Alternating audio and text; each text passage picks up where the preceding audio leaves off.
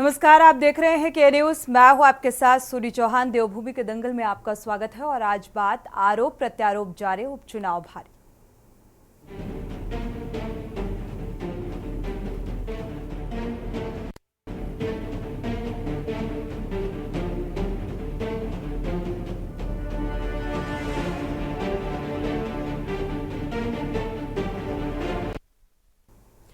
उपचुनाव को लेकर अब तैयारियां तेज हो गई हैं। उत्तराखंड की 2 विधानसभा सीटों पर होने जा रहे उपचुनाव के लिए समय बेहद कम रह गया है, यानी कि 10 जुलाई को दोनों ही सीटों पर मतदान होना है और जून का महीना समाप्त की ओर है और बीजेपी इन दोनों ही सीटों पर कमल खिलाने के लिए पूरी तरीके से व्याकुल है। हालांकि जीत का दावा तो कांग्रेस भी कर रही है, लेकिन धरातल पर बीजेपी के मुकाबले तैयारी नाकाफी नजर आ रही है। कांग्रेस की स्थिति ये है कि उपचुनाव में प्रचार प्रसार के लिए कांग्रेस प्रभारी के पास वक्त नहीं है।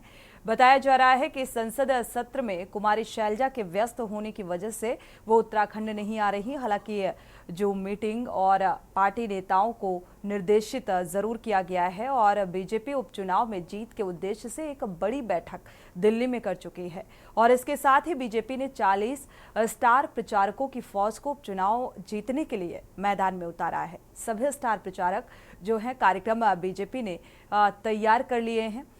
इसी बीच अगर कांग्रेस की बात की जाए तो उपचुनाव बीजेपी के मुकाबले उपचुनाव को जीतने के लिए खुलेआम धनबल, बाहुबल और सरकारी मशीनरी का दुरुपयोग करने का आरोप लगाया गया है विपक्ष की तरफ से। और इस संबंध में कांग्रेस प्रतिनिधि मंडल ने प्रदेश अध्यक्ष करण माहारा के नेतृत्व में अपर मुख्य निर्वाचन अधिकारी डॉक्टर विजय जोगदंडे से मुलाकात की है और बीजेपी पर विधानसभा उपचुनाव में आदर्श आचार संहिता उल्लंघन का आरोप लगाया है। कांग्रेस का आरोप है कि चुनाव जीतने के लिए बाहरी लोगों के माध्यम से मतदाता को प्रभावित करने के लिए पूरे विधानसभा क्षेत्र में खुलेआम धनबल और शराब का इस्तेमाल किया जा रहा है, शराब बांटी जा रही है, लेकिन अधिकारी कोई कार्रवाई नहीं कर रहे हैं। बीजेपी नेताओं पर कार्रवाई नहीं की जा रही। जानबूझकर कांग्रेस नेताओं और कार्यकर्ताओं को परेशान किया जा रहा है। सवाल ये है कि क्या बीजेपी धनबल और शराब के बल पर चुनाव जीतने की कोशिश कर रही है? आखिर क्यों अधिकारी निष्पक्ष कार्रवाई नहीं कर रहे हैं? इसी बात को लेकर चर्चा करेंगे। पहले आपको रिपोर्ट दिखाते हैं। देवभूमि उत्तराखंड में हुए लोकसभा चुनाव के बाद अब उपचुनाव जीतने की नई जंग शुरू हो चुकी है। प्रदेश की 2 विधानसभा बद्रीनाथ और मंगलौर विधानसभा सीटों में 10 जुलाई को होने वाले मतदान के लिए समय बेहद कम रह गया है। लोकसभा चुनाव में मिली जीत से भाजपा काफी उत्साहित है, तो वहीं उपचुनाव में जीत के लिए भाजपा ने 40 स्टार प्रचारकों की फौज को मैदान में उतार दिया है। सभी स्टार प्रचारकों के कार्यक्रम भाजपा ने तैयार कर लिए हैं। भाजपा का दावा है कि जनता ने जो विश्वास लोकसभा चुनाव में दिखाया था, वही विश्वास उपचुनाव में भी दिखाई देगा। स्टार प्रचार कार्यक्रम ने लगा दिए। हमारे सौरभ भोगना मंत्री जी का कार्यक्रम 3, 4, 5 को हमने बद्रीनाथ विधानसभा में लगाया है। हमारे निशंक जी हैं, अपने त्रिवेंद्र जी हैं, इन सब के कार्यक्रम रचना जो हमारे लोकसभा के जो हमारे प्रभारी हैं वो तैयार कर रहे हैं। 1-2 दिन के अंदर सारे कार्यक्रम आप सब तक पहुँचेंगे। देखिए, उपचुनाव को लेकर के कांग्रेस पार्टी की जमीनी तैयारियां पहले से ही पुख्ता हैं और आप देखिए कि दोनों सीटों पर कांग्रेस पार्टी ने जो है जनता के बीच जो लोकप्रिय हैं, जो कांग्रेस पार्टी के निष्ठावान कार्यकर्ता, उनको टिकट देने का काम किया और भाजपा को तो अपनी पार्टी में जो है प्रत्याशी नहीं मिले। दोनों जगह जो है आप आयात करके प्रत्याशियों को लाए हैं और मंगलौर सीट पे तो फरीदाबाद हरियाणा से प्रत्याशी लाना पड़ा। तो भाजपा जितने भी जतन कर ले, भाजपा की दाल इन चुनाव में नहीं गलने वाली और कांग्रेस पार्टी जो है लगातार वहां पर जो है अपने प्रत्याशियों के समर्थन में जो है प्रचार अभियान चलाए हुए है। हमारे पूर्व मुख्यमंत्री आदरणीय हरीश रावत जी, हमारे प्रदेश अध्यक्ष आदरणीय जो है करण माहारा जी, हमारे नेता प्रतिपक्ष यशपाल आर्य जी, हमारे पूर्व नेता प्रतिपक्ष प्रीतम सिंह जी लगातार उन क्षेत्रों में कैंप किए हुए हैं। हमारे सांसद के प्रत्याशी हों, हमारे विधायक हों, लगातार सबको वहाँ जिम्मेदारी दी हुई है और अन्य भी जो हमारे जो है स्टार प्रचारक हैं वो भी जो है चुनाव क्षेत्र में आएंगे और निश्चित तौर पर दोनों सीटों पर हम प्रचंड बहुमत से जीत दर्ज करेंगे। आपको बता दें कि उत्तराखंड की 2 विधानसभा सीटों पर उपचुनाव की वजह यह है कि मंगलौर विधानसभा सीट से बसपा विधायक सरवत करीम अंसारी का निधन हो गया था, जबकि बद्रीनाथ विधानसभा सीट से कांग्रेस विधायक रहे राजेंद्र भंडारी ने कांग्रेस छोड़ भाजपा में जाने के बाद इस सीट से रिजाइन कर दिया था, जिसके बाद अब दोनों ही सीटों पर उपचुनाव होना है। इस बीच कांग्रेस ने भाजपा पर उपचुनाव को जीतने के लिए खुलेआम धनबल, बाहुबल और सरकारी मशीनरी का दुरुपयोग करने का आरोप लगाया है। कांग्रेस का आरोप है कि भाजपा चुनाव जीतने के लिए बाहरी लोगों के माध्यम से मतदाता को प्रभावित करने के लिए पूरे विधानसभा क्षेत्र में खुलेआम धन और शराब बांटी जा रही है, लेकिन अधिकारी कोई कार्रवाई भाजपा नेताओं पर नहीं कर रहे हैं। देखिए, मैं बागेश्वर में अभी कुछ दिन के लिए प्रवास में था, उसके बाद मैं मंगलौर था। मैंने देखा कि राजस्थान, हरियाणा, यूपी और दिल्ली नंबर की गाड़ियां बहुत ज़्यादा संख्या में घूम रही हैं। उनमें एक गोल पोस्टर बीजेपी का लगा हुआ है। प्रशासनिक अधिकारी उन गाड़ियों को चेक तक नहीं कर रहे हैं और उनसे पैसा बंटने की आशंका है, उनसे नशा बंटने की आशंका है। और हम लोग लगातार कोशिश कर रहे हैं। कांग्रेस के झंडे वाली गाड़ियों को रोका जा रहा है, आम आदमी की गाड़ियों को रोक के चेकिंग हो रही है, लेकिन जिसमें गोल स्टिकर भारतीय जनता पार्टी का लगा है, जो हरियाणा, राजस्थान इत्यादि की गाड़ियां हैं, उनकी चेकिंग प्रशासन और पुलिस नहीं कर रही, जो हमारे लिए चिंता का विषय है। इन्हीं सब चीज़ों को लेकर, ताकि उपचुनाव में कोई धांधली ना हो, निष्पक्ष चुनाव हो, उसके लिए हम आज चुनाव आयोग पे हम लोग जाने वाले हैं। देखिए, भी निर्वाचन आयोग की देखरेख में पूरे चुनाव की मॉनिटरिंग हो रही है और अभी जानकारी में आपको आया होगा कि बद्रीनाथ सीट पर भी और मंगलौर सीट पर भी दोनों पर बहुत बड़ी मात्रा में शराब पकड़ी गई, पैसा पकड़ा गया है। तो यदि भारतीय जनता पार्टी ये सब कर रही होती तो शायद ये पकड़ना इतना आसान नहीं होता। हम नहीं चाहते कि चुनाव में कोई गलत तरीके का इस्तेमाल हो और इसीलिए चुनाव आयोग इसमें बहुत सख्ती दिखा रहा है, प्रशासन इसमें सख्ती दिखा रहा है और इस प्रकार से कार्रवाई हो रही है। तो कांग्रेस का ये आरोप पूरी तरह से गलत है, हम इसको स्वीकार नहीं करते हैं। जिस प्रकार से माहौल उत्तराखंड में और संपूर्ण भारत में बना हुआ है, ये निश्चित रूप से है कि भारतीय जनता पार्टी दोनों सीटें नहीं जीत रही है और भारतीय जनता पार्टी को अपनी साख बचाने के लिए एकमात्र विकल्प रह जाता है कि वो धन बल का, बाहुबल का और पैसे का उपयोग करे। वरना जिस प्रकार की स्थितियां बनी हुई हैं, जिस प्रकार से भारतीय जनता पार्टी ने इस छोटे से प्रदेश में जिस प्रकार से बाहुबल को और दल बदल की राजनीति को पोषित किया हुआ है, उसको बढ़ावा दिया है, उसका खामियाजा भारतीय जनता पार्टी को विधानसभा, दोनों ही विधानसभा में भुगतना पड़ेगा। कुल मिलाकर लोकसभा के बाद अब राज्य में उपचुनाव पर सियासी घमासान मचा हुआ है। एक ओर जहां भाजपा लोकसभा चुनाव में मिली जीत से उत्साहित है, तो वहीं दूसरी ओर कांग्रेस भी उपचुनाव में जीत का दावा कर रही है। इस बीच कांग्रेस ने भाजपा पर चुनाव जीतने के लिए धन और शराब बांटने का आरोप लगाया है। सवाल ये है कि क्या भाजपा धन बल और शराब के बल पर चुनाव जीतने की कोशिश कर रही है? क्या ऐसी तैयारी कांग्रेस को उपचुनाव में जीत दिला पाएगी? क्या राज्य के अधिकारी कांग्रेस नेताओं का उत्पीड़न कर रहे हैं? Uttarakhand desk report. तो देवभूमि के दंगल में आज चर्चा इसी बात को लेकर, क्योंकि लोकसभा चुनाव संपन्न होने के बाद उपचुनाव की तैयारियां और तैयारियों को लेकर घमासान और साथ ही आरोप और प्रत्यारोप, क्योंकि दोनों ही राजनीतिक पार्टियां जो हैं, चाहे भारतीय जनता पार्टी हो या कांग्रेस, तैयारियों का दावा करती हुई नजर आ रही है। वो बात अलग है। अगर विपक्ष की बात की जाए तो प्रचार प्रसार के लिए कांग्रेस प्रभारी के पास वक्त नहीं है, लेकिन किसकी कितनी तैयारी है, शुरुआत इस बात से करेंगे। खास मेहमान जुड़ चुके हैं, कुंवर जपेंद्र जी जुड़े हुए हैं बीजेपी से। स्वागत है आपका इस चर्चा में शामिल होने के लिए। मंजू त्रिपाठी जी हैं कांग्रेस प्रवक्ता, आपका भी बहुत बहुत स्वागत इस चर्चा में शामिल होने के लिए। पीसी थपलियाल जी जुड़े हुए हैं, यूकेडी नेता, आपका भी बहुत बहुत स्वागत इस चर्चा में शामिल होने के लिए। रतनमणि डोभाल जी हैं राजनीतिक विश्लेषक, आपका भी स्वागत इस चर्चा में शामिल होने के लिए।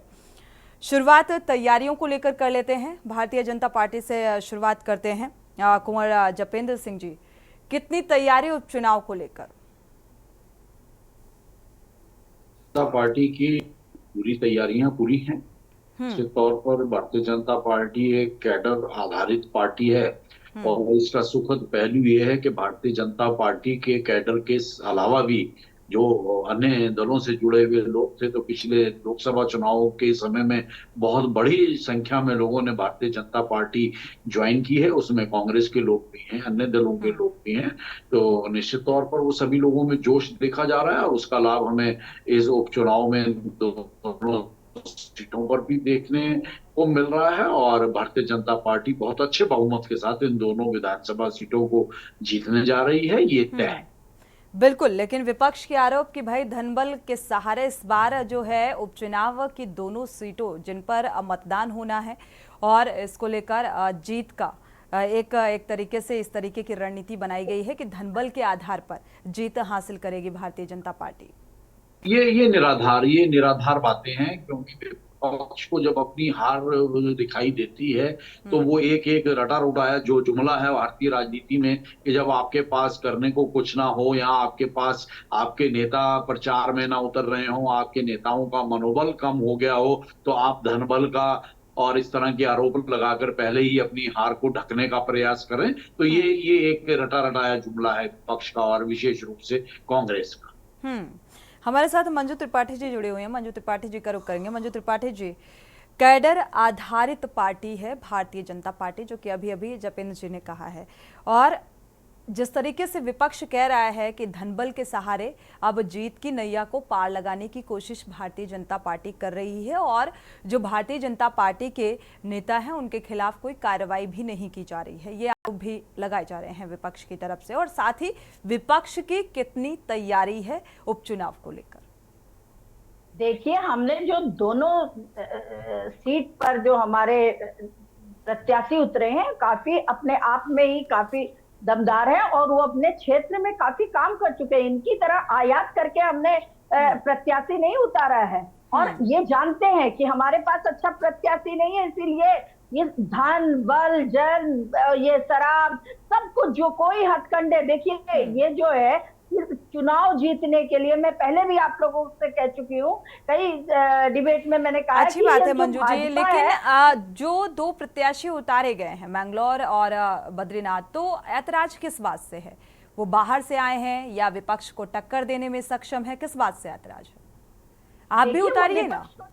में सक्षम है तभी तो ये घबराए हुए हैं, तभी तो ये बाहर से गाड़ियां, अभी हमारे प्रदेश अध्यक्ष जी जो ये क्या बोलते हैं अपने पूरा प्रतिनिधि मंडल लेके गए हैं मुख्य निर्वाचन आयोग के पास, क्यों गए हैं? क्योंकि इनकी हरकतों से गए हैं। ये लोग अपने धन बल उसका शराब कुछ कोई ऐसी चीज नहीं है जिसका आप देखिए, अभी प्रदेश अध्यक्ष का, हमारे यशस्वी प्रदेश अध्यक्ष श्री करण महाराज जी का आपने बयान सुना, क्या कहा उन्होंने कि कांग्रेस की गाड़ी पकड़ी जा रही है, आम जनता की गाड़ी पकड़ी जा रही है, लेकिन जिसमें इनका स्टिकर लगा इनकी गाड़ी क्यों नहीं पकड़ी जा रही है? क्यों नहीं बाहरी तत्व को जिनको गाड़ियां लेके आ रहे हैं उनको बाहर किया जा रहा है? चुनाव आयोग से यही रिक्वेस्ट करने कांग्रेस प्रतिनिधि मंडल गया था कि जो है इनके साथ सख्ती से कार्रवाई हो, निष्पक्ष चुनाव हो, पारदर्शिता से चुनाव हो, तो हम दोनों सीट जीत रहे, कांग्रेस जीत रही। और हमारे नेता जो है लगातार अपने दोनों जो उपचुनाव हो रहे दोनों विधानसभा क्षेत्रों में जा रहे, हमारे नेता प्रतिपक्ष श्री यशपाल लाल जी, हमारे यशस्वी प्रदेश अध्यक्ष श्री करण महाराज जी, पूर्व मुख्यमंत्री श्री हरीश रावत जी, पूर्व नेता प्रतिपक्ष श्री प्रीतम सिंह जी, सभी नेता अपनी अपनी जिम्मेदारी, जहां तक ये कह रहे हैं कि इनके नेताओं के पास या प्रभारी के पास वो लगातार मीटिंग से सदन चल रहा है, ये लगातार मीटिंग, ये खुद आपकी खबरें कह रही हैं, हम नहीं कुछ कह रहे हैं, ये आप नहीं, आप ही अभी ये बयान दिया गया था कि इनके नेताओं के पास टाइम है, क्यों नहीं है टाइम? वो निर्देशित के नहीं बराबर मीटिंग ले रही है, उनके निर्देशानुसार कार्य हो रहा है, तो ऐसी बात नहीं है। लेकिन ये जो है गलत तरीके से चुनाव जीतना। मंजू त्रिपाठी जी, बाहरी लोग कौन? बाहरी लोगों का इस्तेमाल धन बल और शराब बंटवाने को लेकर एक माहौल बनाने की कोशिश भारतीय जनता पार्टी की तरफ से की जा रही है, और चुनाव आयोग जो है प्रतिनिधि मंडल इसीलिए मिलने गया कि भाई एक्शन होना चाहिए, कार्रवाई होनी चाहिए। यहाँ जो है यहाँ यही नहीं, जो सस्ते गल्ले की दुकान है उन लोगों को, आंगनबाड़ी कार्यकर्तियों पर दबाव डाला जा रहा है कि भाजपा के पक्ष में वोट करें।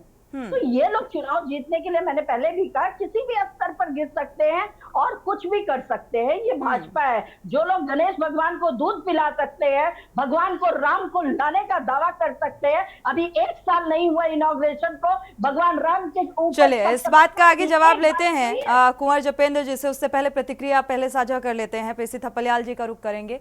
पीसी थपलियाल जी, बीजेपी यानी कि भारतीय जनता पार्टी उपचुनाव नहीं जीतेगी, ये मानना है यूकेडी का।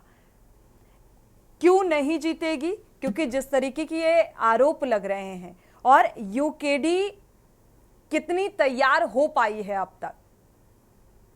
देखिए, इस समय हम इस चुनाव में नहीं है, क्योंकि हमारे उम्मीदवार का जो नामांकन है वो निरस्त हो गया। लेकिन जो स्थिति है आज इस राज्य में, उसमें यहाँ की जनता बहुत ही दुखी इसलिए है कि सबसे ज्यादा विश्वास इस जनता ने ये हिंदूवादी पार्टी जो भारतीय जनता पार्टी है, जो हिंदुओं का झंडा बरदार बनी हुई है, वही आज धर्म ग्रंथों में लिखी हुई बातों का, यानी पहले जब कभी युद्ध होते थे तो उसमें भी नियम कानून का पालन किया जाता था, सूर्यास्त के बाद लड़ाई नहीं होती थी, लेकिन उसमें भी है कि किस तरह से कौरवों ने अभिमन्यु को घेर कर मारा। उसी तरह से कौरवी राजनीति को अपनाकर ये हिंदूवादी पार्टी आज ऐसा उदाहरण जनता के आगे रख रही है, वो चिंता का विषय है। एक बद्रीनाथ हमारे पूजनीय देवता है, अब बद्रीनाथ जी के नाम पे जो हमारा विधानसभा है, उस विधानसभा में आज इस देव भूमि के गरीब जनता के ऊपर थोपा गया चुनाव है। जिस विधायक की पत्नी को इन्होंने भ्रष्टाचारी करार किया, जिसको वहां से पद से हटाने का काम किया, उसी के मतलब 1 महीने के अंदर उसी परिवार के व्यक्ति को, विधायक को, कांग्रेस को विधायक को पार्टी बदलवा दी। तो आप देखिए, तो इससे बड़ा दुख की बात क्या होगी, ये जीते या हारे, क्योंकि आज जनता जो है, क्योंकि हमने देखा कि यहाँ की जनता ने मुख्यमंत्री को हराया, लेकिन दिल्ली वालों ने मुख्यमंत्री को जिता दिया। यानी आज जनता उम्मीदवारों को हरा जिता नहीं रही है। ये पार्टी जो 40 स्टार प्रचारक हमारे पैसों पे घुमाएंगे इस राज्य में, उनके माध्यम से जितवाती है। हमने खुलेआम देखा था अभी लोकसभा चुनाव में कि 6 करोड़ की शराब देव भूमि के सतपुली में पहुंच गई थी, और आज दिन तक मैं गया था, अभी 1 हफ्ता हुआ उस फैक्ट्री में, जब मैंने लोगों से सुना बहुत दुख हुआ। बोला साहब ये फैक्ट्री तो दारू पैदा ही नहीं, प्रोड्यूस ही नहीं कर रही है, एक माफिया ने बनाई थी यहाँ पे, और उसके बाद 6 करोड़ की शराब वहां पहुंचा दी, और वो ब्रांड पहुंचाए जो उसके पास मैन्युफैक्चरिंग का लाइसेंस नहीं है, और उसके बाद भी जनता चुपचाप क्या करे। अब इनकी मर्जी है, ये जो करें, गौरव जो करें कर सकते हैं, जनता को चुपचाप देख के रहना पड़ेगा। और यही हालत आप ये देखिए कि जब चंपावत में मुख्यमंत्री को जिताने का काम किया था तो खुलेआम पैसे बांटे गए थे, पूरे टीवी चैनल में दिखाया गया था किस तरह से अधिकारी भी मुख्यमंत्री के साथ साथ जाके पैसे बांट रहे थे, लेकिन कुछ नहीं हुआ। आज स्थिति बहुत नाइंसाफी वाली हो गई है, जनता बहुत निराश है, ऐसे लोगों को ढोने में मजबूर है जो इस राज्य की संसाधनों को माफियाओं के हाथ सौंपते हुए और बिना बात के लोगों को बना रहे हैं। हम ये सब कुछ नहीं है, धाक के 3 पात। और जो बद्रीनाथ देखिए, आप मंगलौर का चुनाव ही देखिए कि ये फरीदाबाद के सबसे बड़े अनन व्यापारी को यहां लाया जा रहा है हमारी विधानसभा में, वो क्योंकि खनन का जो नियंत्रण है इनके हाथ से बाहर जा रहा है। कोई बिजनौर के आ रहे, अभी बताएंगे हमारे डोभाल जी की किस तरह से हरिद्वार में इनके मुख्यमंत्री ने खुद कहा सरकार खनन का यहाँ पे अवैध खनन कर रही है, खुद इनके पूर्व मुख्यमंत्री ने कहा, इनके नवनिर्वाचित सांसद ने कहा। इसके अलावा इससे ज्यादा क्या प्रूफ चाहिए? अगर हमको कोई बोले कि नेगेटिव सोच रहा है, ये नेगेटिव, तो ये पॉजिटिव सोचने वाले इन सवालों का जवाब दे तो मैं मानूं कि रियल में कुछ इंसान है और बद्रीनाथ को और अपनी देवी देवता को मानते हैं। अगर इसका जवाब दे कि आखिर क्यों देवभूमि के लोगों के साथ ऐसा धोखा रचा जा रहा है, क्यों ऐसे चुनाव हमारे ऊपर थोपा जा रहा है, क्यों हमारी वैसे ही इकोनॉमी आर्थिक, देखिए किस तरह से जपेन जी से इस बात का जवाब लेते हैं, लेकिन रतनमणि डोभाल जी का पहले रुख करेंगे, प्रतिक्रिया साझा करेंगे, इसके बाद जपेन जी आपका रुख करेंगे। रतनमणि डोभाल जी, अब ऐसा पहली बार हो रहा है क्योंकि ये चुनाव जो है क्षेत्रीय मुद्दों को लेकर बेहद महत्वपूर्ण होता है, और ये पहली बार ऐसे सुनने में आ रहा है कि चुनाव भी अब थोपे जाने लगे हैं। साथ ही ऐसे चुनाव में जो कि उपचुनाव है और यहाँ पर धन बल का इस्तेमाल कर इसे जीतने की कोशिश की जा रही है, ये विपक्ष का आरोप सत्ता पक्ष के लिए। देखिए, थोपा हुआ तो एक जो बद्रीनाथ वाला चुनाव है वो तो उसको कह सकते हैं आप थोपा हुआ है, लेकिन ये तो जो मंगलौर वाला चुनाव है वो तो एक निर्वाचित विधायक की जो बीएसपी से सरबत करीम थी, उनके अकाल आकस्मिक निधन हो गया और इसके कारण वो उपचुनाव होना हो रहा है। बिल्कुल। लेकिन बद्रीनाथ में तो वो जो उपचुनाव है वो भारतीय जनता पार्टी का प्रायोजित उपचुनाव है। पहले किस ढंग से उसके खिलाफ जिला पंचायत जो चेयरमैन उनकी पत्नी है उसके खिलाफ हल्ला मचाया गया और फिर बहुत सारी चीजें हुई, उनके अधिकार सीज किए गए और फिर बाद में इनको ये दिखाया गया कि भाई दो ही रास्ते हैं, या तो आप जेल के लिए तैयार रहे या भाजपा में के लिए तैयार रहे।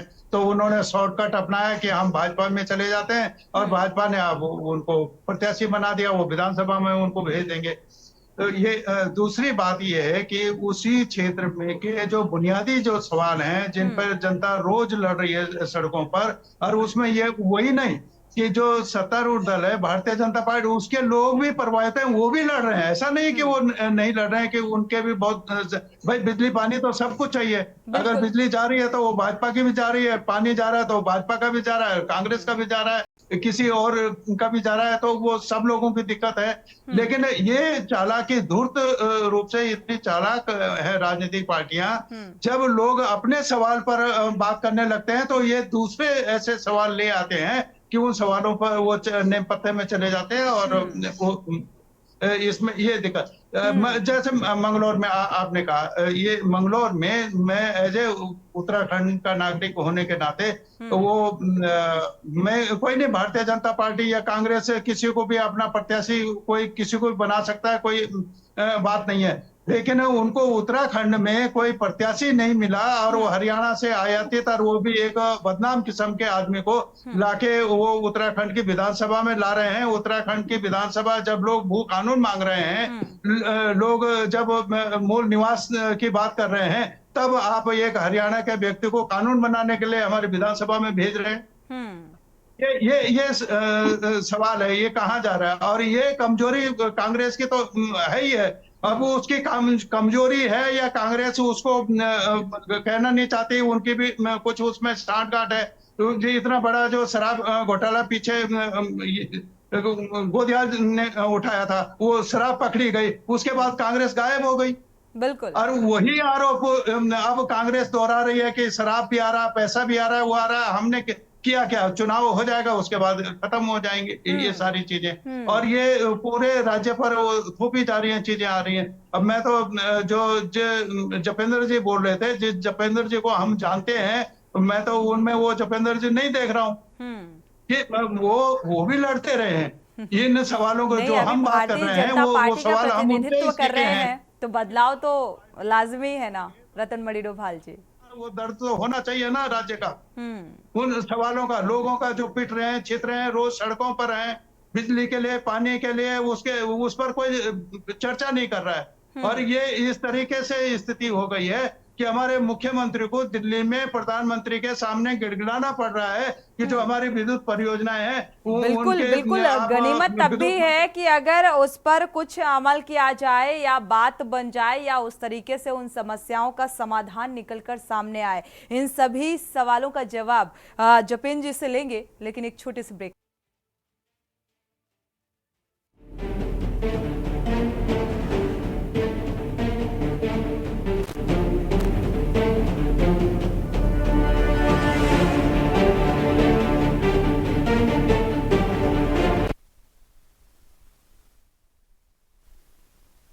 कर रहे हैं उपचुनाव को लेकर कि किस तरीके से राजनीतिक दल अब तैयारियों में जुटे हैं और आखिर इसके लिए कितनी ठोस रणनीति के साथ, किन मुद्दों के साथ वो जनता के बीच जाएंगे, क्योंकि मंगलौर और बद्रीनाथ को लेकर ये उपचुनाव की तैयारियां काफी तेज हैं और आरोप प्रत्यारोप भी। कुंवर जपेंद्र जी जुड़े हुए हैं बीजेपी से, आपका रुख करेंगे। देखा जाए आपने विपक्ष के वो तमाम सवाल, एक तरफ तो चुनाव जो है थोपने का काम किया जा रहा है और विपक्ष का कहना है कि भाई धनबल का भरपूर इस्तेमाल किया जा रहा है। रतनमणि डोभाल जी की भी बात आपने सुनी कि किस तरीके से हरियाणा से जो आयातित बदनाम व्यक्ति को आप विधानसभा पहुंचाने का जिक्र किया उन्होंने। इन सभी सवालों के जवाब, ऐसा क्यों? धनबल को चुनाव प्रत्याशी अपनी तरफ से पूरा प्रयास करते हैं, चाहे वो कांग्रेस के प्रत्याशी हो, चाहे भाजपा के हो, या कार्रवाई जो है वो सिर्फ विपक्ष के नेताओं के खिलाफ ही होती है। नहीं, कहाँ हो रही है, ऐसा कहाँ हो रहा है कि सिर्फ ऐसा विपक्ष आरोप के है ना, विपक्ष नेताओं लगा के रहा है खिलाफ ना। कार्रवाई हो रही है और बाकी नहीं हो रही। चुनाव आयोग है, चुनाव आयोग एक स्वतंत्र संस्था है। चुनाव आयोग जब कहीं पे भी देखता है कि आप वहां कहीं कानून के दायरे में या संविधान के दायरे में या नियम कायदे कानून के तहत काम नहीं हो रहा है, तो चुनाव आयोग उसका संज्ञान लेता है और कार्रवाई करता है। और अब एक बहुत ही यहाँ संजीदा पे एक तो संज्ञान ही नहीं लिया जा रहा क्वेश्चन। है ना जतिन जी। जी, ये कुछ कह रहे हैं आप? जी, यहाँ पर तो संज्ञान ही नहीं लिया जा रहा है ना। नहीं नहीं, ऐसा ऐसा नहीं है। ऐसा इसलिए लग रहा है कि 2 सीटों पर उपचुनाव है और 2 सीटों पर ही सारा हो हल्ला हो रहा है, तो ऐसा कुछ नहीं है। पूरी तरह से संज्ञान लिया जाता है। अब रतन मणि जी ने जो हमारे प्रादेशिक मुद्दे और हित के मुद्दों के ऊपर बात करी, तो निश्चित तौर पर देखिए, सबको पता है कि टिहरी डैम में हमारा कितने प्रतिशत उसमें बिजली का हमारा उसमें हिस्सा है प्रदेश का। तो निश्चित तौर पर प्रदेश के मुख्यमंत्री ये प्रयास कर रहे हैं कि उसमें हमारा जो है, हमारी जरूरतें बढ़ती जा रही हैं। जब वो डैम बना था या जब उत्तराखंड बना था, तब हमारा उसमें जरूरतें कम थी, हमारी जनसंख्या कम थी। आज उत्तराखंड की जनसंख्या 1.25 करोड़ के आसपास हो गई है, औद्योगिक इकाइयां भी बढ़ी हैं, तो वहां जरूरतें बढ़ी हैं। तो उनके मद्देनजर मुख्यमंत्री जी निरंतर प्रयास कर रहे हैं और निश्चित तौर पर जल्दी ही उसमें सफलता भी मिलेगी कि उत्तराखंड को उत्तराखंड की जरूरत के अनुरूप पूरी विद्युत की सप्लाई हमारे ही यहाँ के संसाधनों से हो, हमें बाहर से बिजली ना खरीदनी पड़े। बाहर से बिजली खरीदेंगे नहीं तो वो महंगी नहीं होगी। हम ऊर्जा प्रदेश के निवासी हैं और ऊर्जा प्रदेश के निवासियों को, प्रत्येक उत्तराखंडी को सस्ती बिजली मिले और जरूरत के मुताबिक मिले। निश्चित तौर पर ये प्रयास हो रहे हैं। और जब जहां तक राज्य के हित की बात है, तो राज्य की हित के लिए चाहे पूरी सरकार है, मंत्री हैं हमारे और सामाजिक कार्यकर्ता हैं, बहुत से लोग हैं, तो हम सब लोग अपने प्रदेश के हित से कोई समझौता नहीं करते हैं। ठीक है, सरकार के साथ कई जगह दुश्वारियां होती हैं। हो सकता है कि हमारे सभी साथियों को ये लगता हो कि यहां सरकार ने लापरवाही कर दी, लेकिन ऐसा नहीं है। प्रदेश का हित पहले है, प्रदेश का वासी पहले है। और जिन मुद्दों के ऊपर उत्तराखंड का निर्माण हुआ, उत्तराखंड की जो एक परिभाषा है, उस परिभाषा को पूर्ण रूप से सार्थक करने की दृष्टि से उत्तराखंड के युवा मुख्यमंत्री निरंतर आगे बढ़ रहे हैं। और हमारा ये प्रयास है कि 25वीं वर्षगांठ, अगले वर्ष 25वीं वर्षगांठ, 2 मिनट में 30 सेकंड दीजिएगा। और ये सरकार का और माननीय मुख्यमंत्री का ये वादा है कि 25वीं वर्षगांठ तक उत्तराखंड को स्वावलंबी बनाना और विकास के पायदान पर अग्रणीय राज्यों की पंक्ति में शुमार करना।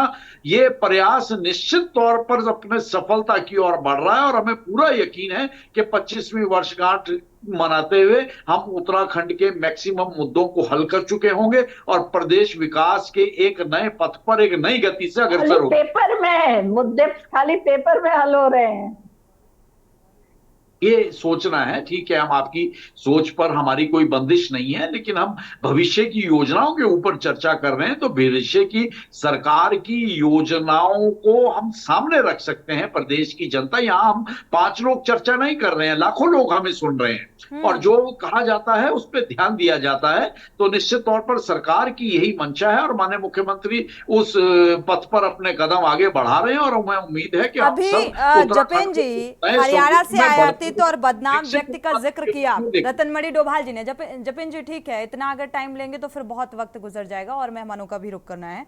और ऐसे में जहां पर मूल निवास का जिक्र किया जा रहा है काफी एक लंबे अरसे पर, इस पर कुछ बोलना चाहेंगे? भू कानून को लेकर लगातार जो है इसका भी जिक्र किया जा रहा है और मुझे लगता है बिल्कुल हमने आपको जैसे कहा कि 25वीं वर्षगांठ से पहले बहुत से मुद्दे हल हुए हैं, बहुत से मुद्दे महत्वपूर्ण मुद्दे हैं जो हल होने की कगार पे खड़े हैं। तो निश्चित तौर पर जो हमारे जो एक प्रदेश की जो हमें उसकी एक प्रयास अगर किए जा रहे हैं सरकार की तरफ से, अभी प्रधानमंत्री नरेंद्र मोदी के साथ मुलाकात भी हुई, कई अहम बिंदुओं को सीएम धामी की तरफ से रखा भी गया। अगर केंद्र के पिटारे से कुछ निकलकर सामने आता है तो कितना भला होगा उत्तराखंड का, वो देखना होगा। लेकिन उत्तराखंड की जरूरत को क्या राज्य सरकार समझ पा रही है, उस दिशा में कार्य कर रही है?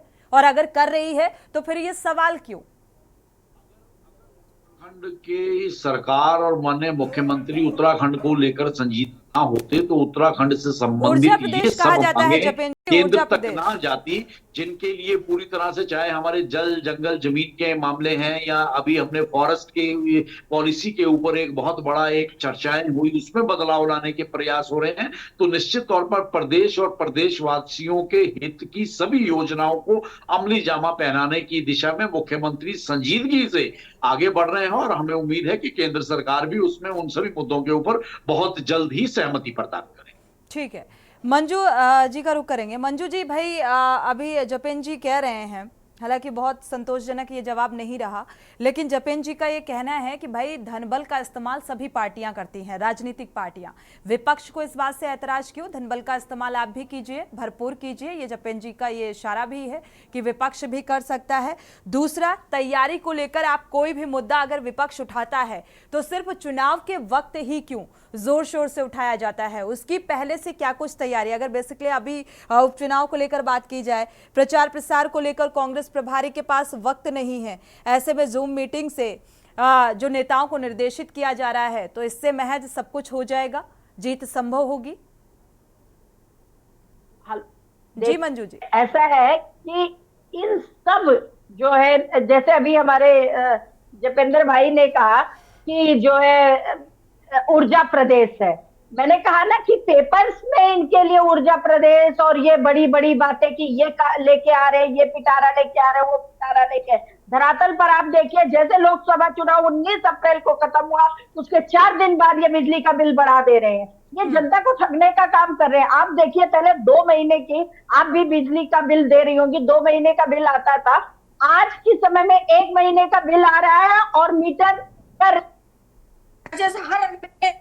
आ रहे हैं, तो मतलब कि डबल बिजली का बिल आ रहा है। ये लोग बड़ी बारीकी से जनता को ठगने का काम करते हैं, छोटी छोटी चीजों से पैसा वसूलते हैं ये। और दूसरी बात आप देखिए, कहा ना ऊर्जा प्रदेश, अरे भाई ऊर्जा प्रदेश है तो क्या ऊर्जा प्रदेश रोज बिजली महंगी करने के, इनकी कथनी और करनी में अंतर हमेशा नजर आएगा। देखा नहीं, ये वो पार्टी है जो कोरोना जैसी महामारी को डंडे थाली बजवा के दूर कर रही थी। भला कोई बीमारी थाली बजाने या ताली बजाने से दूर होती है? भगवान राम का गुणगान कर करके वो तो कहिए शुक्र है अयोध्या वालों ने इनको पटकनी दी।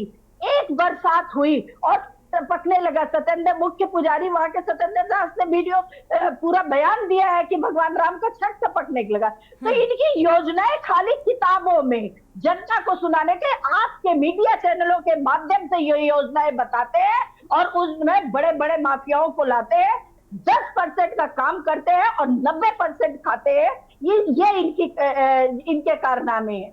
इस तरह की बात कर लेके ये जनता के बीच में आते हैं और धनबल का प्रयोग। कांग्रेस की परंपरा को आप भारतीय जनता पार्टी पे लादने का सामना करें। आप बताइए, अरबों रुपया लग गया, कैसे टपकने लगा? नहीं आप बताइए, अच्छा टपकने लगा ना? राम भूमि, राम भगवान राम 90 पैसे खत्म हुआ, नहीं बताइए, जब जाहिर हुआ कि नहीं टपकने लगा? आप बताइए, छत नहीं टपक रहा है? वो देखिए, वो आरोप गलत है। भगवान राम के मंदिर पे जहाँ पूरे विश्व ने चंदा दिया है, पूरे विश्व ने चंदा दिया, भ्रष्टाचार परंपरा के रूप में सामने आया, जिसे पूरी तरह से नकारने का काम भारतीय जनता पार्टी की सरकार। ये आप ये बता दीजिए कि कल की जो वीडियो मुख्य पुजारी जी ने दी है, बताया कि छठ टपकने लगा, जहाँ विश्व से, पूरे विश्व से। चलिए, मंजू तिवारी जी के न्यूज़ इस मुद्दे को लेकर विस्तार से डिबेट कर चुका है। मंजू जी, इस मुद्दे को भी के न्यूज़ इस मुद्दे को लेकर विस्तार से डिबेट कर चुका है और ये डिबेट कल ही रखी गई थी इस मसले को लेकर, लेकिन इस बार लोकसभा चुनाव में जो परिणाम निकलकर सामने आया और शायद भारतीय जनता पार्टी भी थोड़ा सा उत्साहित है और विपक्ष भी, क्योंकि विपक्ष भी कहीं ना कहीं मजबूत हुआ है इस बार। लेकिन उस मजबूती को आगे कैसे बनाए रखना है, इस दिशा में विपक्ष का क्या कुछ प्रयास नजर आ रहा है, क्योंकि उसका जवाब अभी तक नहीं मिला। हमारे सभी शीर्ष नेतृत्व लगातार विजिट कर रहे हैं। हमारी प्रभारी कुमारी शैलजा जी मीटिंग के माध्यम से सभी को निर्देशित कर रही है। जूम मीटिंग से कैसे संभव है? यहाँ धरातल में मेहनत करने के बावजूद भी वो परिणाम निकलकर सामने नहीं आते। मंजू जी, नहीं आएगा इस बार, आप देखिए देखिए, अभी हमारी मंजू बहन ने राम मंदिर की छत का जिक्र करा और पूरी तरह से डिबेट को घुमाने का प्रयास करा, तो आपकी जानकारी में भी है गर्भगृह के अंदर किसी भी तरह की छेड़छाड़ नहीं की गई। गर्भगृह में पहले भी वो होता था, अभी निर्माण कार्य चलिए उसके ऊपर इस मुद्दे चल पर रहा है। जपेन जी, इस मुद्दे ठीक पर है, बात आप नहीं लोगों को करनी है ना, जल्दी क्या ये मुद्दा है ही नहीं। ठीक है, पीसी थपलियाल जी का रुख करेंगे। पीसी थपलियाल जी, क्योंकि अभी जैसे कि यूकेडी का ये कहना है कि भाई भारतीय जनता पार्टी तो इस बार चुनाव नहीं जीतेगी, क्यों और कैसे? क्योंकि तैयारी जो है विपक्ष की भी जो नजर आ रही है, जिस तरीके से प्रचार प्रसार के लिए कांग्रेस प्रभारी जूम मीटिंग कर रही हैं, जूम मीटिंग के जरिए जो है दिशा निर्देशित कर रही हैं, क्या लग रहा है? जी पीसी थपलियाल जी, जो आज राज स्वरूप है एकदम बदल गया है। और पार्टी जो है, पहले जनता के बीच से छड़ के नेता आते थे, आजकल दिल्ली वाले तय करते हैं ये हमारे नेता कौन होगा, हमारे सिर पे बिठाते हैं। और ऐसे लोग बिठा दिए जिन्होंने पूरे उत्तराखंड की जो अर्थव्यवस्था है, जो सिस्टम है, वो बिल्कुल बेपटरी हो चुका है, उनके बूते से बाहर हो चुका है। किसी भी, चाहे आपने खुद ही देखा होगा कि जंगलों की आग, चाहे पर्यटन की भीड़ को नियंत्रण करना, और तमाम जो खनन हरिद्वार में हो रहा है उसको कंट्रोल न कर पाना, और हर चीज में, हर फ्रंट में हमारे नेता फेल होते हुए नजर आ रहे हैं। और सबसे बड़ा उदाहरण, हम सबसे बड़े दुखी भारतीय जनता पार्टी के नेताओं से हैं कि उनको मालूम नहीं क्यों ऐसा बीमारी लग गई है कि सबसे रद्दी आदमी को वो हमारे सिर पे बिठाएंगे। इससे पहले आप ही देखिए कि पहले भी यहाँ पे जो अभी बात कर रहे थे कि साहब मुख्यमंत्री जी प्रधानमंत्री से बोल रहे हैं कि साहब बिजली, टिहरी डैम की बिजली, अरे प्रधानमंत्री क्या करेगा टिहरी डैम की बिजली से? ये तो बहुत बड़ा इश्यू है। इस इश्यू के लिए पहले भी त्रिवेंद्र रावत योगी के पास उछल कूद के गया था, क्यों? पहाड़ी मुख्यमंत्री उत्तर प्रदेश का, और हम छाव छान कर लेंगे। वहां पे ऐसे मुंह आया कि एक गेस्ट हाउस के अलावा कुछ नहीं ला पाया, और उस गेस्ट हाउस में भी जमीन देनी पड़ी हमें, और उस जमीन में नया गेस्ट हाउस बना रहा है उत्तर प्रदेश, हमारे हरिद्वार में गंगा किनारे। तो ये जो चीजें हैं वो हमारे माथे ऐसा नेता लग चुके हैं जिन्होंने इस राज्य को बर्बाद कर दिया है। और बर्बाद करने पे वो जो कुछ दिल्ली के नेता कह रहे हैं उन पे डिपेंड हो गए हैं, और हमको, जनता को बेवकूफ बनाने के लिए कभी वो प्रधानमंत्री के आगे खड़ा होता, कभी गृह मंत्री के आगे, कभी डिफेंस मिनिस्टर के आगे, या मैं पार्किंग का जगह ला रहा हूं डिफेंस मिनिस्टर से। वो कभी नहीं ला पाएगा पार्किंग की जगह, जब तक एक फाइल नहीं बनेगी, जब तक कागज नहीं बनेंगे, जब तक कोई ऐसा सिस्टम नहीं बनेगा कि जो डिपार्टमेंट है, विभाग है, उसके अधिकारी उसको ट्रांसफर कर पाए। ऐसे बेवकूफी वाले काम करके तुम किसको बेवकूफ बना रहे हो? चूंकि समाज में 90% लोग अनजान होते हैं, उन अनजानों का फायदा उठा रहे ये लोग, और ऐसी राजनीति को धिक्कारते हैं, हम धिक्कारते हैं। इन्होंने बिल्कुल बर्बाद करके रख दिया मेरा राज्य, और हम बहुत कठिन हो गया है कि इस राज्य को किसी भी साधन, आज युवा बेरोजगार घूम रहे हैं, आज यहाँ पे शिक्षा स्वास्थ्य के हालत बिल्कुल खत्म, पहाड़ की हालत ऐसी हो चुकी है कि जंगली जानवरों का आतंक और पहाड़ का पलायन, ये उस पर एक रत्ती भर आगे नहीं बढ़ पाए। अब दिखा रहे साहब वो हम नैनीताल के उसके लिए जा रहे हैं, हम टिहरी डैम की बात कर रहे हैं, हम बात कर रहे हैं लेकिन काम नहीं कर रहे।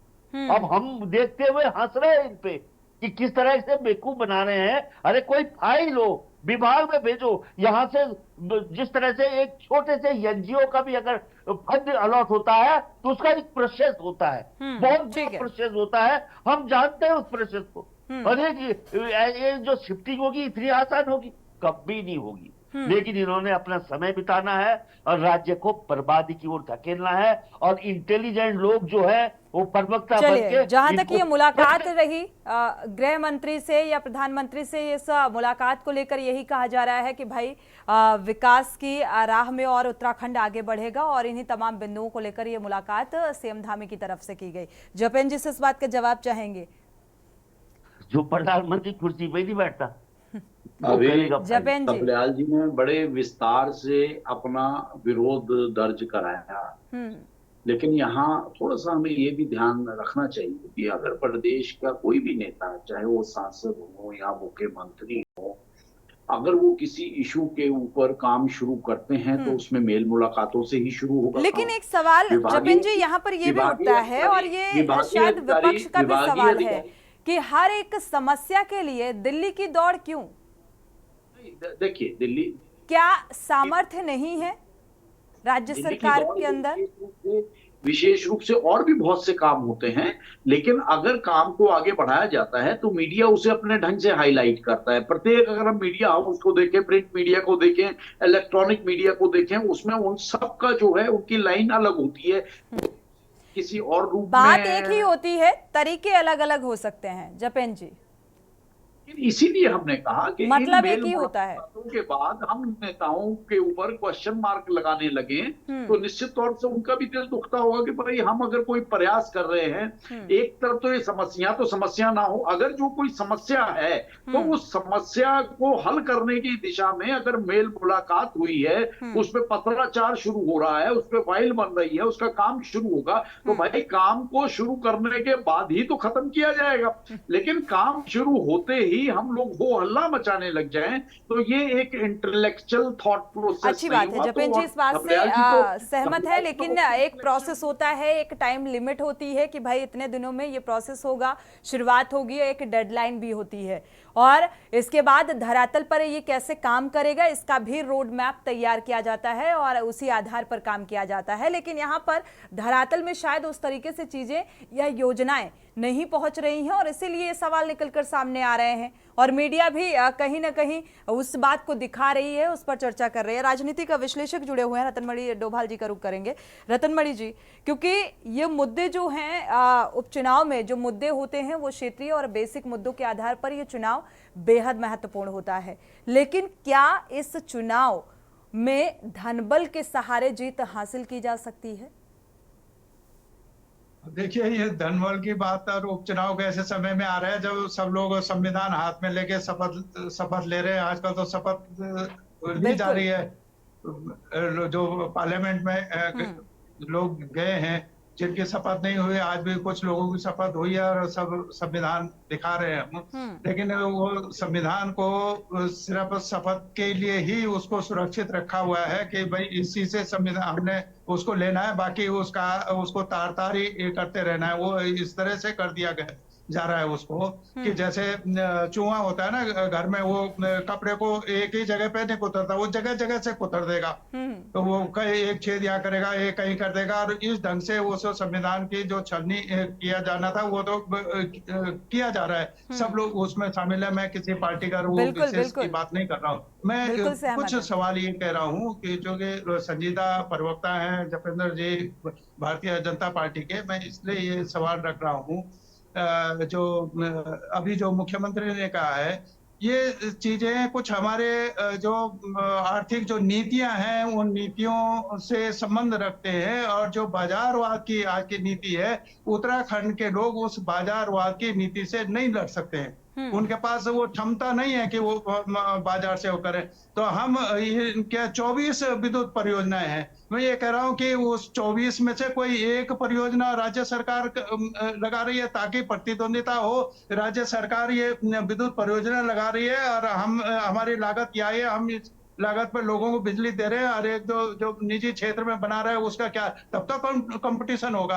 आप एक तरफा ही वो उनको छोड़ देंगे तो वो जो चाहे वो करेंगे, तो फिर सरकार के पास कुछ जिस रेट पे वो देंगे वो हम खरीदेंगे, वो आप हमको बेचेंगे, हमारी क्षमता होगी तो हम ले पाएंगे, नहीं लेगा। ये कुछ सवाल है, इन्हीं सवालों को लेके उत्तराखंड राज्य का निर्माण हुआ था कि दिल्ली और लखनऊ में बैठ के उत्तराखंड राज्य की जो भौगोलिक परिस्थितियां हैं उस पर योजनाएं नहीं बनाई जा सकते, इसलिए हमको उत्तराखंड राज्य दो कि हम अपने हिसाब से अपनी विकास योजनाएं बनाएंगे और तब वो चलेंगे। लेकिन जब वो बाजारवाद की नीति आ गई, आप शिक्षा का बाजार हो गया, चिकित्सा बाजार में चली गई, बिजली बाजार में चली गई, पानी भी बाजार में चला गया, तो जिस पे पैसा होगा वो खरीद लेगा, जिस पे नहीं होगा वो नहीं खरीदेगा। ये इस स्थिति में हमारा प्रदेश नहीं है। इन चीजों पर सरकार के स्तर पर, सरकार इनकी हो या कांग्रेस को थोड़ा सा पुनर्विचार करने की जरूरत है कि हम वो जो सुविधाएं हैं, मूलभूत सुविधाएं हैं, वो लोगों तक पहुंच पा रही हैं कि नहीं पहुंच पा रही हैं।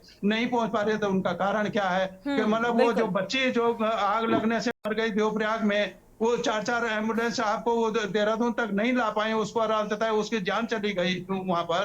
तो ये शर्म की बात नहीं है किसी सरकार के लिए कि आपने एक आपके एम्बुलेंस रास्ते में उन्होंने छोड़ दिया कि हमारे एरिया से बाहर हो गया और वो बच्ची मर गई।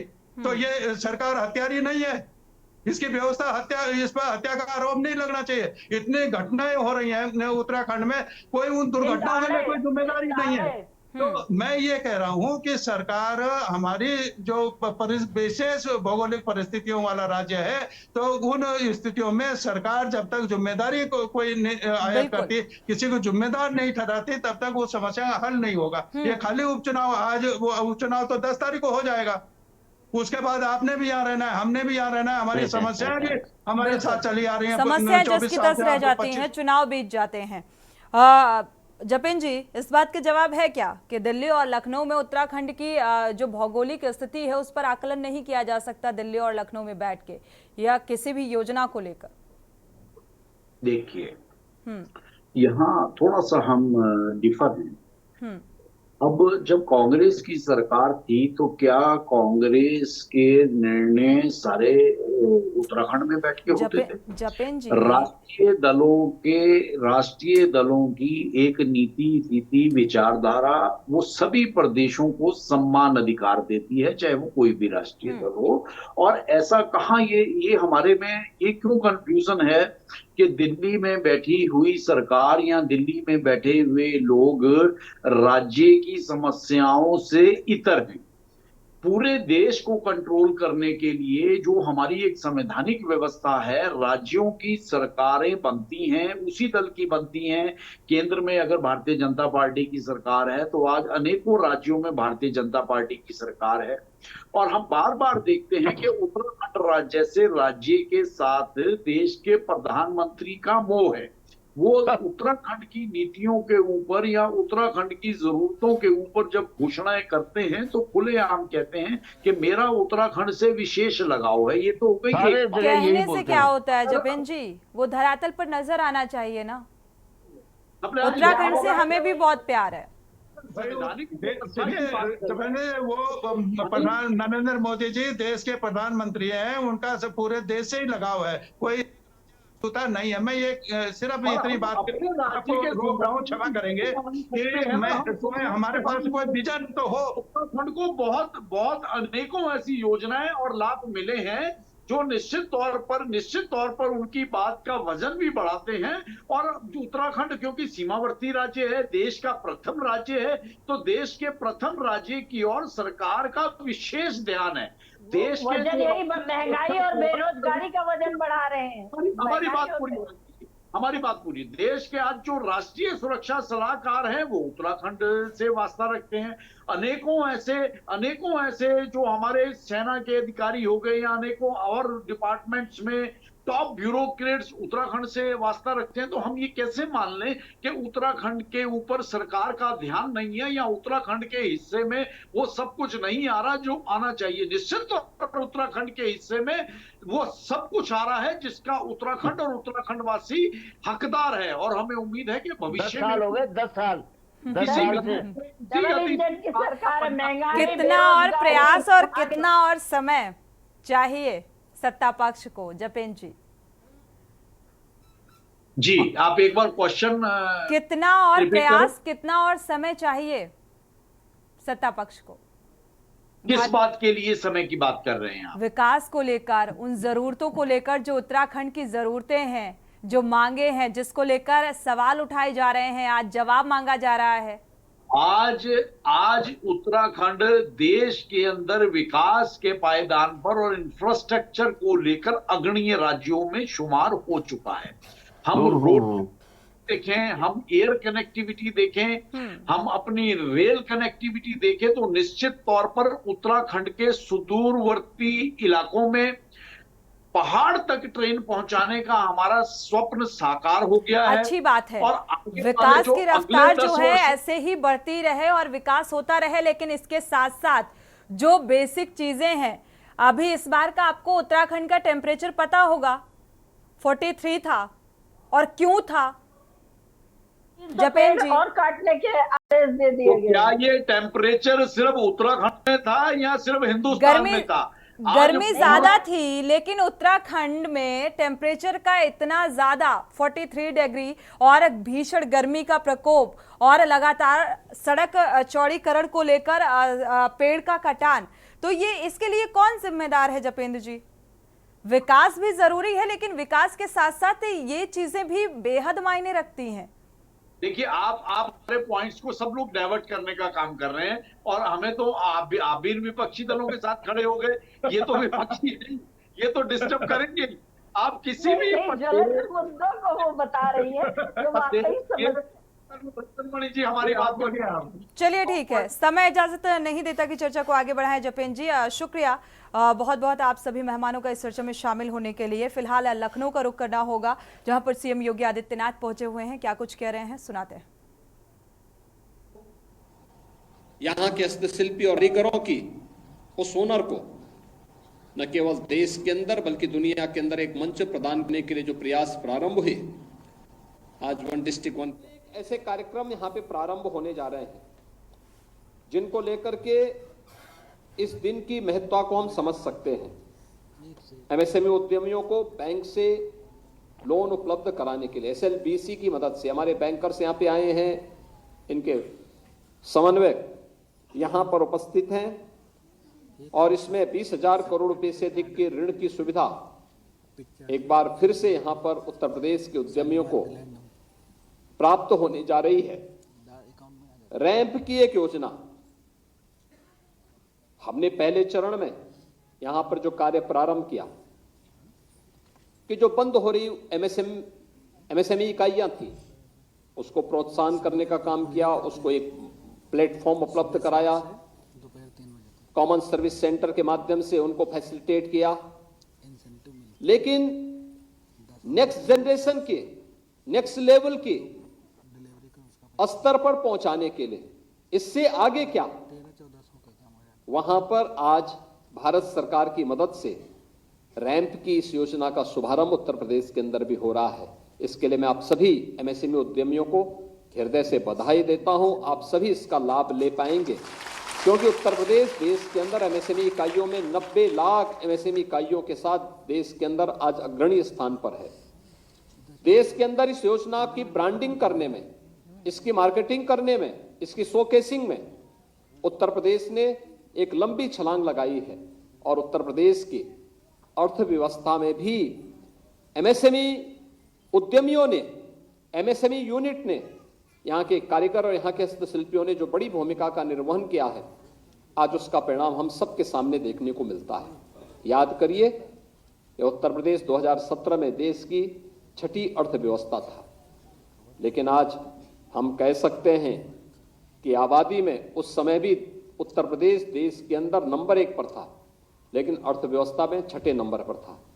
आज उत्तर प्रदेश देश के अंदर दूसरी बड़ी अर्थव्यवस्था बन चुका है, और देश के अंदर सबसे अधिक रोजगार सृजन करने वाला राज्य भी है, सबसे अधिक रोजगार उपलब्ध कराने वाला राज्य भी है, और साथ साथ एमएसएमई इकाइयों को एक नई पहचान दिला करके, एक लंबी छलांग लगा करके तेजी के साथ उभरती हुई अर्थव्यवस्था भी आज के दिन पर उत्तर प्रदेश बना हुआ है। रैंप योजना के साथ ही आज फ्लैश पार्क का भी, झांसी के फ्लैश पार्क का उद्घाटन भी हो रहा है। आपने अभी देखा होगा कि अब 10 पार्क इससे पहले बन करके तैयार हो चुके थे, 11वां आज झांसी के पास बनकर के तैयार हो चुका है। आज इसका भी उद्घाटन हो चुका है। सभी प्रकार की सुविधाओं से युक्त इस पार्क के बारे में आपको अभी बताया गया कि निजी क्षेत्र में उद्यमियों के लिए इंडस्ट्रियल पार्क जो एमएसएमई उद्यमियों के लिए उपयोगी होते हैं, जो सरकार के प्रोत्साहन से आगे बढ़ रहा है, सरकार के सहयोग के साथ जिन्हें हम आगे बढ़ाने का कार्य कर रहे हैं। 11वें फ्लैश पार्क का उद्घाटन भी हो रहा है, और इसके साथ ही यहाँ पर ओडीओपी योजना के माध्यम से, विश्वकर्मा श्रम सम्मान और माटी कला बोर्ड के माध्यम से टूल किट वितरण की कार्रवाई को भी हम लोगों ने आगे बढ़ाने का काम किया है। हमारे लिए, हम इस बात को हमेशा मानते हैं कि ये एमएसएमई इकाइयां उत्तर प्रदेश के अंदर जो आज निवेश का एक बेहतर वातावरण बना है, ये बेहतर वातावरण के लिए 11वें फ्लैश पार्क गठन भी हो रहा है और इसके साथ ही यहां पर ओपी योजना के माध्यम से, विश्वकर्मा श्रम सम्मान और माटी कला के माध्यम से टूल किट वितरण की कार्रवाई को भी हम लोगों ने आज काम किया है। हमारे लिए, हम इस बात को हमें कि ये एमएसएमई इकाइयां इसके अंदर जो आज निवेश का एक बेहतर वातावरण बना है, ये बेहतर वातावरण के लिए प्रदेश के अंदर कानून का राज और सुरक्षा की जो बेहतर स्थिति, यह कार्य तो हम लोगों ने बखूबी यहां पर किया, लेकिन इसके साथ ही निवेश के लिए जो सबसे उत्तम वातावरण होना चाहिए वह एमएसएमई का एक बेहतर भी उतना ही आवश्यक है।